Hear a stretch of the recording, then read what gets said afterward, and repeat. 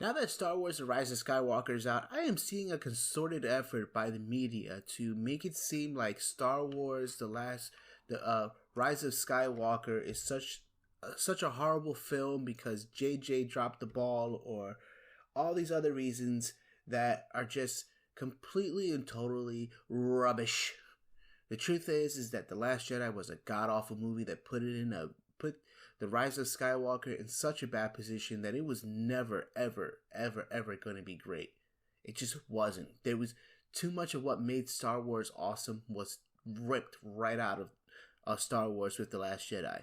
And now what they're trying to do is they're trying to release this so-called version by Colin Trevorrow, a script, and say, wow, this would have been such a much better movie than what we got with The Rise of Skywalker. But when we really look at it, is it really? There's a few things that are just fishy about this new version that was never made. And I'm going to talk about it right now.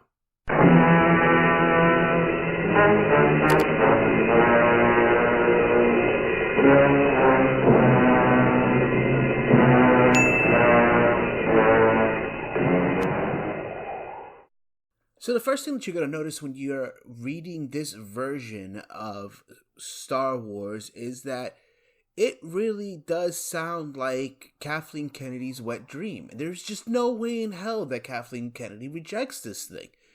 This is all up in her wheelhouse. It's exactly what she wanted to see in her new Star Wars.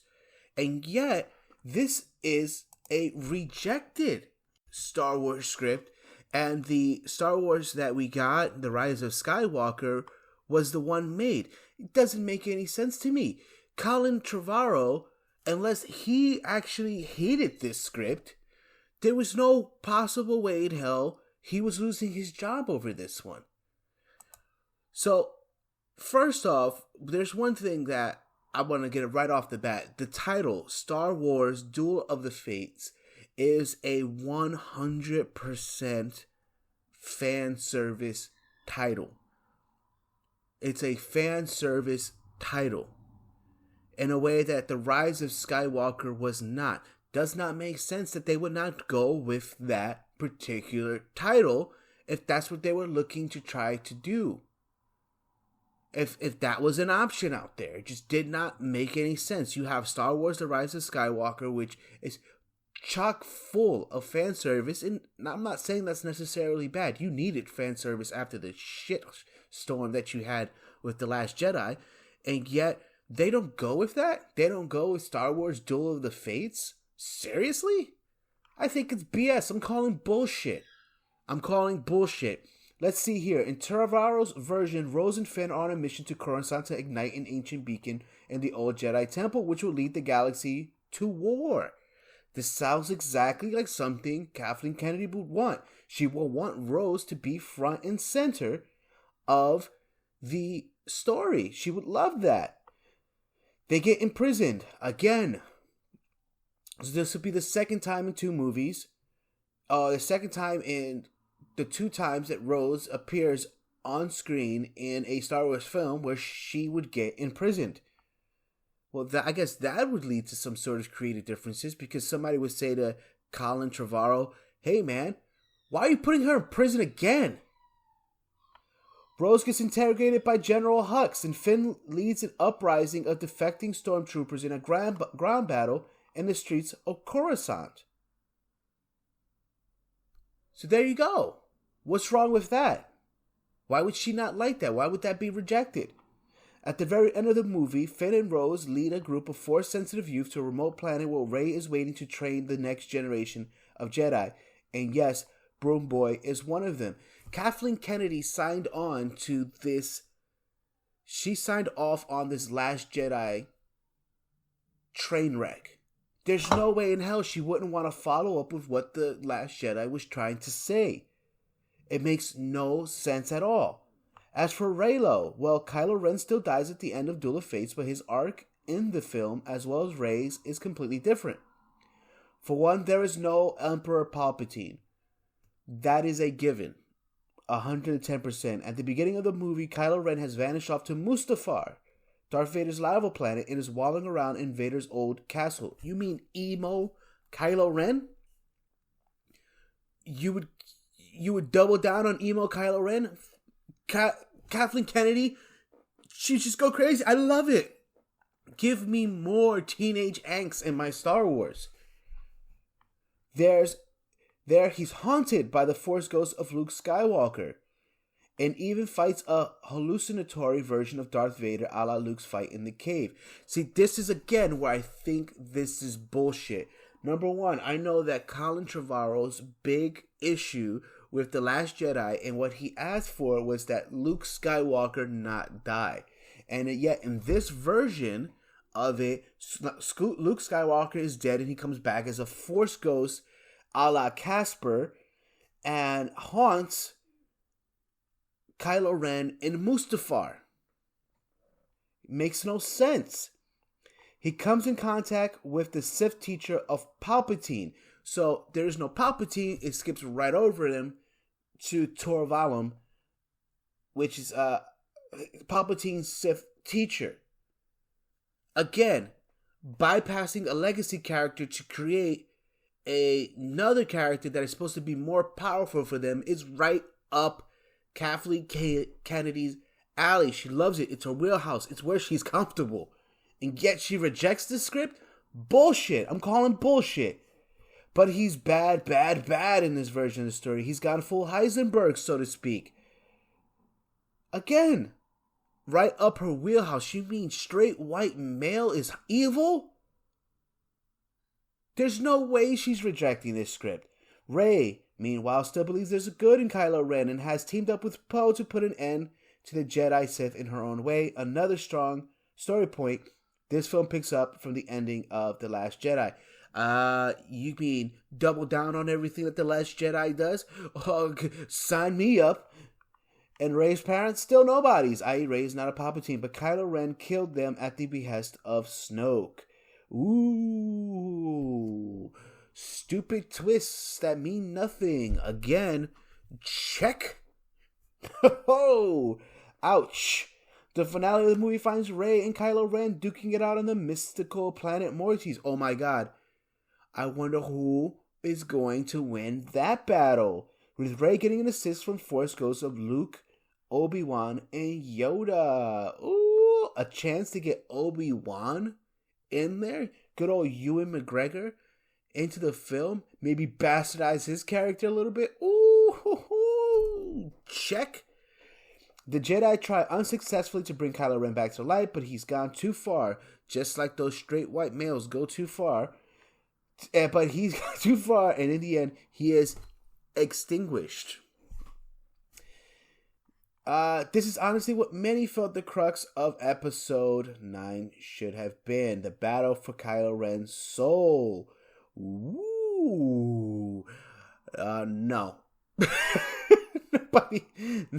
I don't think people gave a shit enough about Kylo Ren. Nobody took Supreme Leader Kylo Ren too seriously to even care about the battle of Kylo Ren's soul. No one, anybody who was a Star Wars fan, just wanted it to end. They wanted to put a gun to the franchise and pull the trigger and just say, "That's it. We're done. We are done." Instead, Abrams and co decided to muddle everything up with this Palpatine nonsense, which is just unnecessary added conflict that detracts from the emotional thrust of this trilogy. This, bam, is it right there. This is it right there.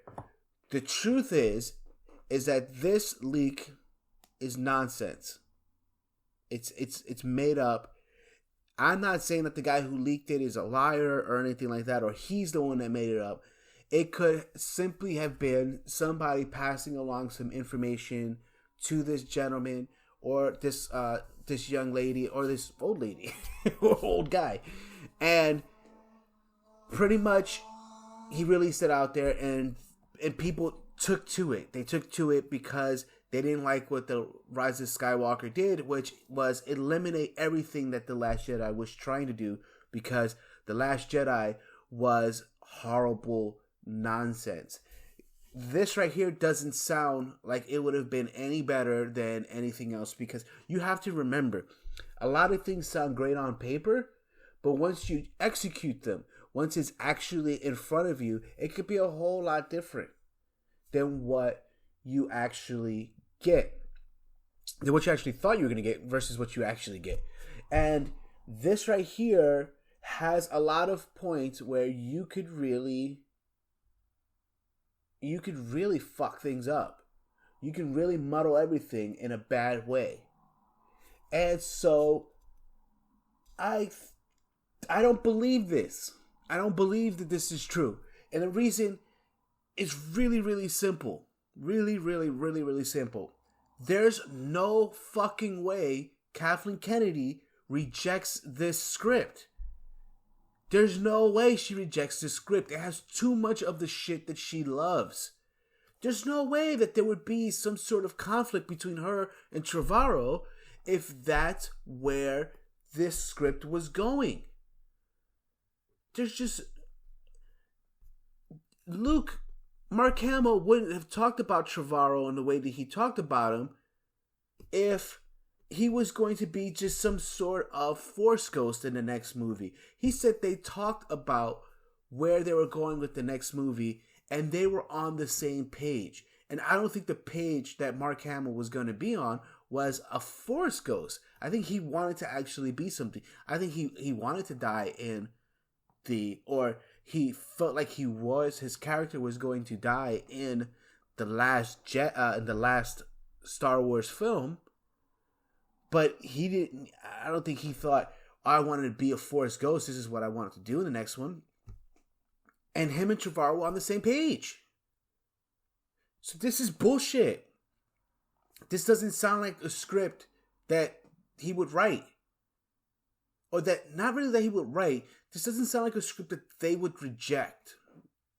This sounds like something that was brought out after the fact to drum up some sort of false support for a failing executive at Lucasfilm. And her saying, well, you see, this would have been so much better, but you didn't let me do it my way. You didn't let me do my way. That's why The Rise of Skywalker underperformed. Because the people were looking for more Last Jedi. Bullshit. I'm calling you out. You're see-through and you're suspect. Okay? Listen. There was only one way to save Star Wars, and there was no way that they were going to do it. And that was to completely retcon The Last Jedi and make 2 more movies. They needed to make this trilogy a quadrilogy. They needed to do what they did with The Rise of Skywalker, but split it into 2 movies. That was the problem with The Rise of Skywalker. It was too much trying to fit into this last film because they did not want to commit to making 2 more films. That's what they needed to do. 2 more films. And completely get rid of The Last Jedi in the mind that it didn't matter if this movie was the one to come out. This Kathleen Kennedy version. I'm gonna call it that. This Kathleen Kennedy version of Star Wars or The Rise of Skywalker. It wasn't going to make as much money as The Last Jedi because people just rejected Star Wars after that. Completely rejected Star Wars after that. So, yeah. Do you want to see the Kathleen Kennedy version? I don't want to see it. And that's what this is. Hey guys, if you like the content on this channel, please like, share, and subscribe. Do not forget to subscribe. And don't forget to comment down below. Tell me if you want to see the Kathleen Kennedy / Colin Trevorrow version of Star Wars. Star Wars Duel of the Fates. Yeah.